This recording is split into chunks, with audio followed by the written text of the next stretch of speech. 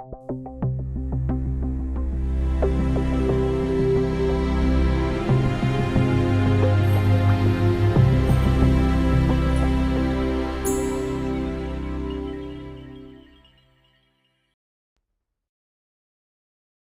buenas tardes, gracias por venir una vez más. Aquí estamos en la última clase de la serie sobre la doctrina de Dios. Y seguimos en general con el tema acerca de la providencia y el tema específico de hoy es milagros. Y milagros en todo sentido de la palabra caben dentro del tema de la providencia, porque Dios actúa a veces milagrosamente. También en la historia Él se mete con milagros y estos milagros forman parte de la gobernancia del mundo por nuestro Señor, Rey Jesucristo, el soberano. Y sabemos que Él está guiando todo, está guiando la historia, está metido en todo y a veces se mete con milagros. Y entonces vamos a tener que definir en lo que es un milagro y vamos a hacer muy poco más. Más allá de definir lo que es un milagro y contemplar el lugar del milagro en nuestra vida, en la historia hoy en día. Muy bien, vamos a orar. Gracias, Padre, que nos des, por favor, de tu sabiduría para poder estudiar correctamente bien este concepto. Así como el Espíritu Santo inspiró a los apóstoles y a los profetas a escribir tu palabra, la santa revelación de ti mismo, que el mismo Espíritu nos ilumine para poder entender este concepto de milagros.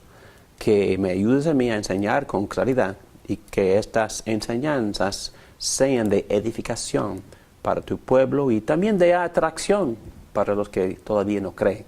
Todo esto te lo pedimos en el nombre de Cristo Jesús. Amén. Muy bien, vamos a empezar tocando lo que se llama errores que hay que evitar al pensar en los milagros. Y bueno, tengo 6 o por lo menos 5 y medio, pero vamos a ver que al final vamos a empezar a hablar de lo correcto y quizás, ojalá que sea bíblico. Número 1, deísmo. Bueno, hemos hablado mucho de deísmo. Es una filosofía incorrecta, falsa, que dice que admite que Dios es creador, pero luego se ausentó y no está metido. Creó ciertas reglas, ciertas leyes naturales y estas leyes están gobernando todo en el universo. El problema con esta teoría es que ni los científicos pueden explicar mucho. No pueden explicar mucho de lo que ellos observan en la naturaleza.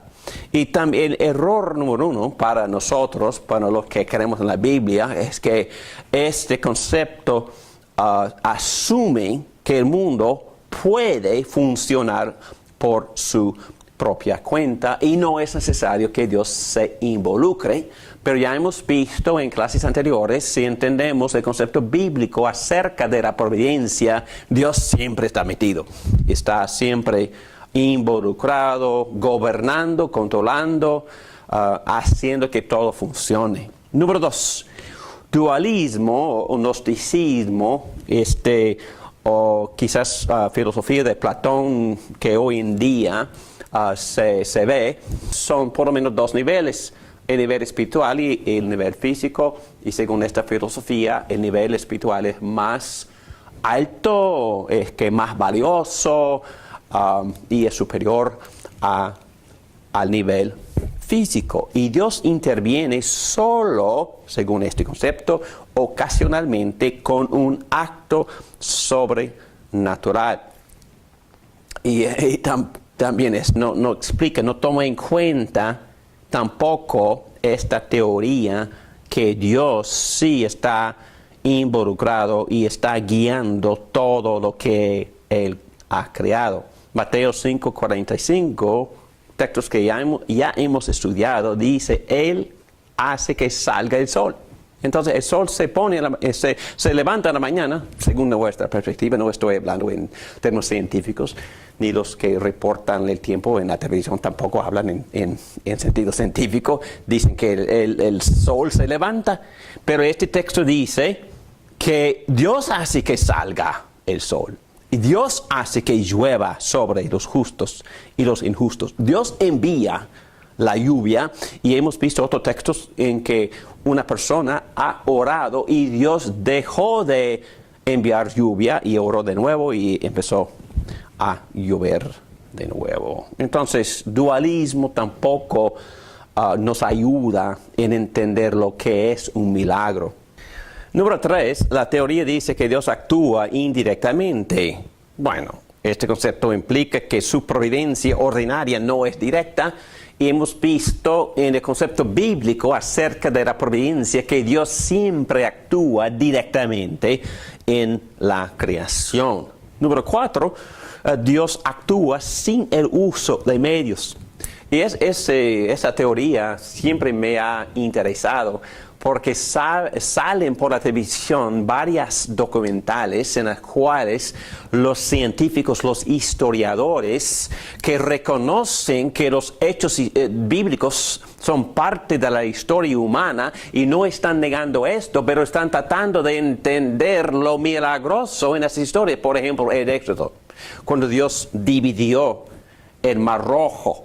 Entonces ahí se mete mucha teoría en cuanto a la naturaleza, en cuanto a la corriente de los vientos en aquel tiempo, en cuanto a cómo funciona esa parte del mar, etcétera, etcétera, etcétera, que después de todo ellos determinan que no fue nada milagroso sobre algo natural. Tanto trabajo para explicar qué, que Dios no se metió. Me gusta la respuesta de casi todos los teólogos que yo leí, que dicen que es difícil pensar en un milagro en el cual Jesús o Dios no utilizó medios. Entonces, si Dios utiliza medios para hacer algo extraordinario, ok, usó medios. Y cuando se lee los evangelios, cuando Cristo, por ejemplo, Él sanó a un hombre ciego. Y no sé si es cuando Él escupió en lodo y Él formó una sustancia con su saliva y con la tierra, no sé si tenía propiedades medicinales, quién sabe, pero por lo menos Él puso esa mixta o esa mezcla sobre los ojos. Y en otras ocasiones, cuando el primer milagro, cuando se llama señal, cuando Cristo convirtió el agua en vino, usó agua, ok, y no sé lo que hizo con el agua. Mi punto solo es que si Dios usa o Jesús usa medios, eso no distrae de lo inusual, extraordinario de ese evento. Nada más. Qué bueno que haya usado medios. Qué bueno, excelente. Yo creo que todavía usa medios. Cuando vamos al hospital, Dios nos sana a la persona por la cual oramos, y en nuestra oración le pedimos que use medios. Que use de sus médicos, que use la medicina, que los médicos disciernan, y si ellos eligen la medicina correcta y que ellos usan su sabiduría, de la cual habían estudiado por años, y si ellos combinan los tratamientos, los varios tratamientos y todo en una coordinación, cura, Dios no tiene nada que ver con eso. Bueno, es una tontería que sí, por supuesto que sí. Dios les enseñó a los médicos, Dios entonces les dio compasión a los que construyeron el hospital y muchas cosas lo proveyó todo. Entonces, para decir que Dios no tiene nada que ver es un insulto. Entonces, mi punto es que a Dios normalmente le gusta usar medios. En otras palabras, ordinariamente Dios usa los medios ordinarios. Pero no es decir que Dios no hubiera metido en ese acto inusual. Nosotros hemos orado y hemos visto a personas al punto de morir recuperarse milagrosamente y, usaron medicinas, por supuesto que sí, pero Dios estaba involucrado en todo el proceso y quizás aceleró el proceso de sanación y lo hizo con su propio toque inusual en ese momento, pero eso no distrae del hecho de que fue un milagro. Número 5 es, Dios actúa de una manera contraria a las leyes de la naturaleza. Implica que hay ciertas cualidades inherentes en las cosas que existen que operan independiente de Dios. Y hemos visto en el curso, en la clase sobre la providencia, que Dios siempre está involucrado.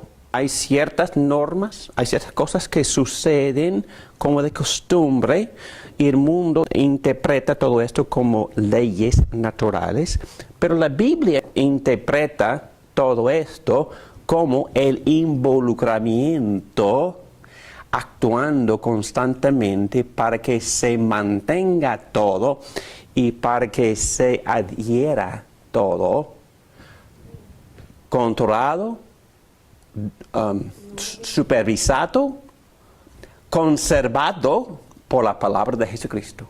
Y entendemos que quizás son normas, se pueden interpretar como leyes naturales, pero decir que Dios no esté involucrado bíblicamente es un error. Dios siempre está metido y las personas que solo hablan de leyes naturales no comprenden la enseñanza bíblica acerca de la providencia de Dios. 6. Los milagros duermen en la creación. Admito que en verdad no entiendo muy bien este punto. El pecado ha hecho mucho daño en la creación, obviamente. Un acto de gracia se necesita más allá de la providencia usual y eso se llama milagro. Y lo que produce milagro es una maravilla simplemente porque es inusual. Dios se mete y Él acelera sin violar las normas, pero Él puede hacer lo que quiera y a veces Él se mete para hacer algo inusual o fuera de lo normal. Definiciones. Bueno, Grudem, ustedes saben que siempre estamos buscando ayuda de nuestro amigo y teólogo Wayne Grudem. Voy a leer palabra por palabra en la página 371 lo que Grudem dice.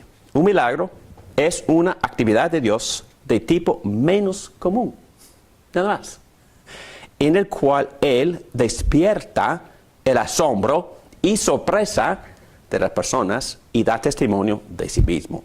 Esta definición toma en cuenta lo que entendimos antes sobre la providencia de Dios mediante la cual Dios preserva, controla y gobierna todas las cosas. Si entendemos la providencia de esta manera, naturalmente evitaremos algunas explicaciones o definiciones comunes de milagros. Entonces él pone una definición bastante sencilla. Es una cosa inusual, fuera de lo común. C.S. Lewis, toma quizás otra perspectiva y dice: los procesos normales no se suspenden. Es decir, tomando en cuenta ese milagro que Dios hizo quizás con Elías, ¿verdad? Cuando el hacha flotaba encima del agua. Sí, el hacha flota. Una mano que no se ve lo está sosteniendo. La ley de la gravedad todavía está trabajando, pero hay otra física que no comprendemos, es inusual. es milagroso, pero no es una violación de la ley de la naturaleza. Dios tiene su mano ahí sosteniendo el hacha para que flote, nada más. Y eso permite la distinción entre los milagros y los procesos diarios. Y las escrituras afirman esto, dice C.S. Lewis. Tim Keller dice, esta es su definición: un milagro es una obra redentora que mira hacia atrás y hacia el futuro, renovando la creación sin violar ni suspender la obra providencial de Dios. En otras palabras, yo creo que correctamente vamos a ver en algunos textos bíblicos que Tim Keller está conectando los milagros con el crecimiento del reino de Dios. Porque una de las cosas que la redención hace que suceda es la renovación de todas las cosas. Obviamente la renovación de la persona, la renovación del alma de la persona, la santificación del alma del creyente es parte de lo que Dios está renovando en cómo crece el reino, porque la redención de Cristo obviamente santifica, espiritualmente santifica a la persona. Pero también entendemos bíblicamente que la redención también toca todos esos aspectos, inclusive la parte física de la creación. Y Tim Keller ve un milagro también como parte del crecimiento del reino de Dios aquí en la tierra. Y yo creo que esto se sostiene por el hecho de que cuando Cristo vino, Él anunció que las profecías de Isaías habían estado cumplidas en la presencia de los testigos, y la prueba de que ya estaba presente el reino fue la sanación de los enfermos.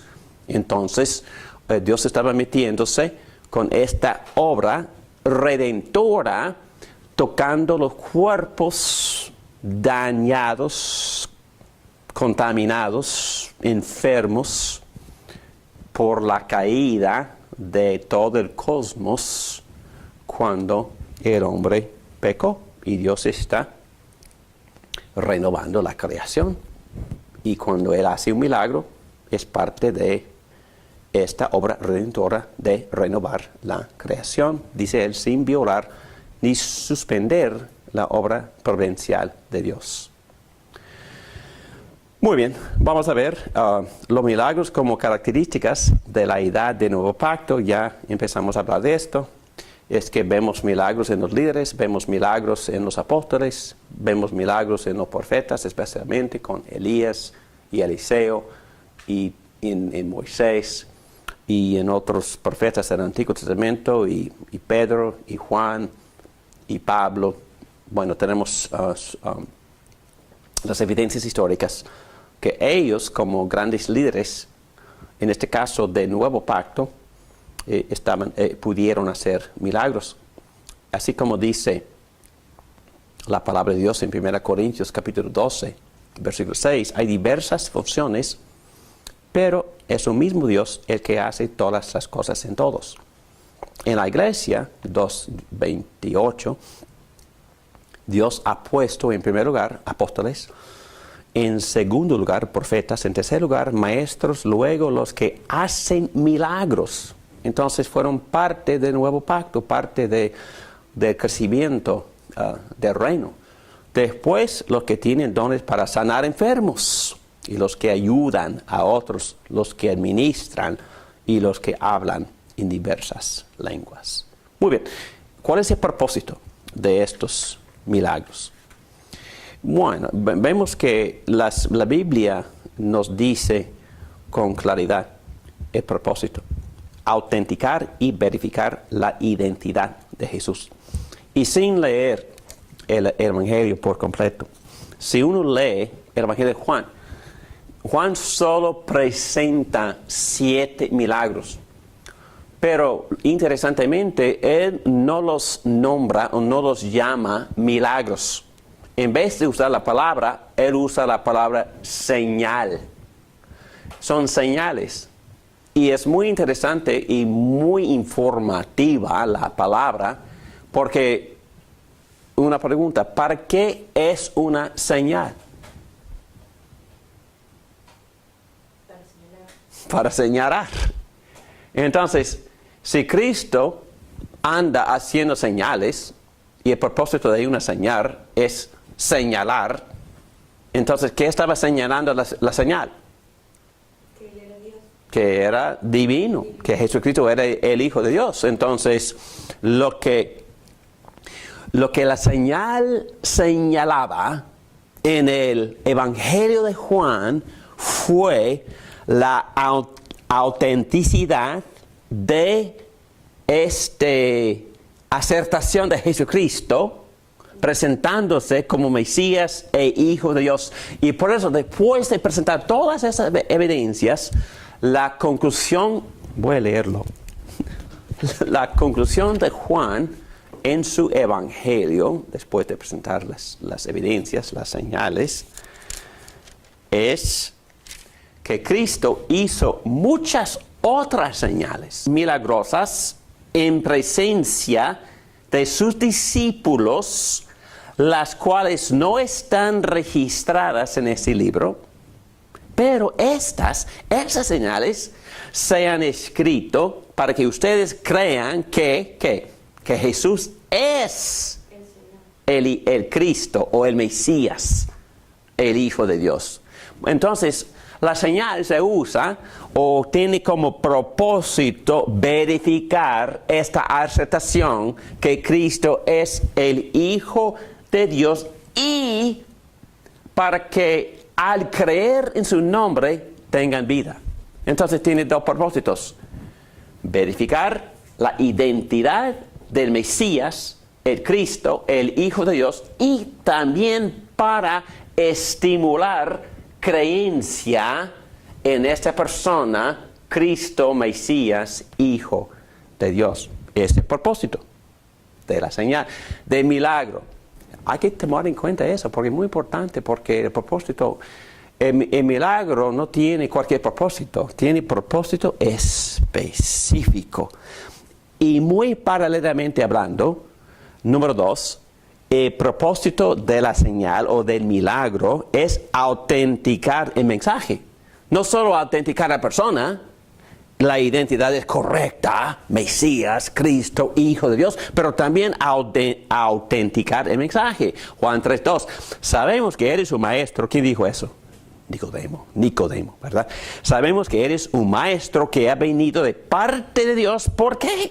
Porque nadie podría hacer las señales que tú haces si Dios no estuviera con él. Entonces, la señal da prueba, da evidencia de que este maestro ha venido de Dios, de que este maestro es verídico.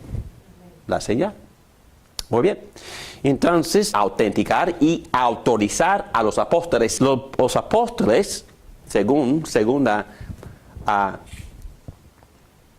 Corintios, capítulo 12, versículo 12, prácticamente el mismo propósito. Las marcas, muy interesante este versículo, las marcas distintivas de un apóstol, tales como señales, prodigios y milagros, se dieron constantemente entre ustedes. Es decir, Pablo estaba diciendo, créeme o no, soy apóstol verdadero porque Dios me ha dado esta habilidad de levantar a los muertos, de sanar a los enfermos, de hacer cosas milagrosas. Son señales. Son señales de la autenticidad. Que indican que son apóstoles verdaderos, verídicos.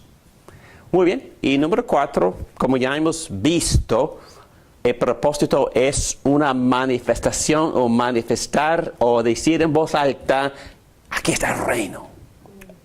El Espíritu Santo del Señor está sobre mí, dice Jesucristo. Al aparecer en las páginas del Evangelio de Lucas, él empieza citando la profecía de Isaías que dice, el Espíritu del Señor está sobre mí, por cuanto me ha ungido para anunciar buenas nuevas a los pobres. fíjense, me ha enviado a proclamar libertad a los cautivos y dar vista a los ciegos, a poner en libertad a los oprimidos. En otras palabras, el hecho de que yo he venido y yo hago milagros, yo sano a los enfermos y yo les doy vista a los ciegos, es una manifestación de que ha llegado el reino de Dios. Algunos sí lo vieron, algunos de los fariseos, pero por celos, por envidia, por temor, porque Cristo estaba creando un lío y un problema político. Porque si cualquiera se presentara como ungido, como rey, eso crearía competencia contra César. Sí, y entonces cada vez que un Mesías, otro ungido, se había presentado, lo mataron de inmediato y quemaron a la faz de la tierra el pueblo de donde vino. Y eso estaba pasando muy a menudo, porque había muchos mesías, o muchos que decían que eran mesías. Y el hecho de que Herodes mató a ¿cuántas? 200 bebés, eso fue una cosa normal. Porque Herodes, sabiendo que algunas profecías habían dicho que vendría el Mesías de Belén, él sabía esto, porque consultó con los sabios, ¿verdad? Con los magos, y ellos habían investigado y determinaron, no, en Belén. Entonces, él fue a Belén y mató a los recién nacidos, como 200 bebés. Y eso no fue algo muy normal. Hay que erradicar, ¿verdad? Cualquier competencia. Entonces, así no es diferente con los dictadores hoy en día. Si ellos sienten una gotita de competencia, ¡pum!, lo matan de inmediato. ¡Pum! Y sabemos que Saddam Hussein practicó eso. Cualquiera que indicara competencia, Castro, cualquier dictador. Y a Guaidó no lo han tocado porque Estados Unidos dijo que si lo tocaban. No, es que Por eso no lo han tocado. Pero... sí. No, este nuevo presidente en Venezuela, en un sentido, está protegido por las declaraciones del gobierno de los Estados Unidos, pero no es diferente. Cualquier competencia presenta cierta amenaza y por eso los judíos, por temor y por celos, llevaron a Cristo a los romanos. No tenemos el derecho, no tenemos la autoridad de ejecutarlo, pero por favor, es una amenaza para ustedes. Y si ustedes no lo crucifican, vamos a decirle a César que tu rey, tu gobernador, no eres amigo de César. Así en esas palabras. Y quizás ya sabían que este Mesías era distinto por las señales y también por su forma de ser y por su compasión y también por sus enseñanzas. Dijeron que nadie ha enseñado como esto. Enseñe con autoridad. Y es más, algunos de los fariseos sí creyeron en Cristo. Nicodemo. Los que habían estudiado las Escrituras sabían que Cristo era el Mesías. Y me imagino que más allá de Nicodemo, otros sí creían en Cristo sin declararlo en público. Y ni Nicodemo lo declaró, excepto hasta el fin, cuando él enterró a Jesús con su amigo José de Arimatea.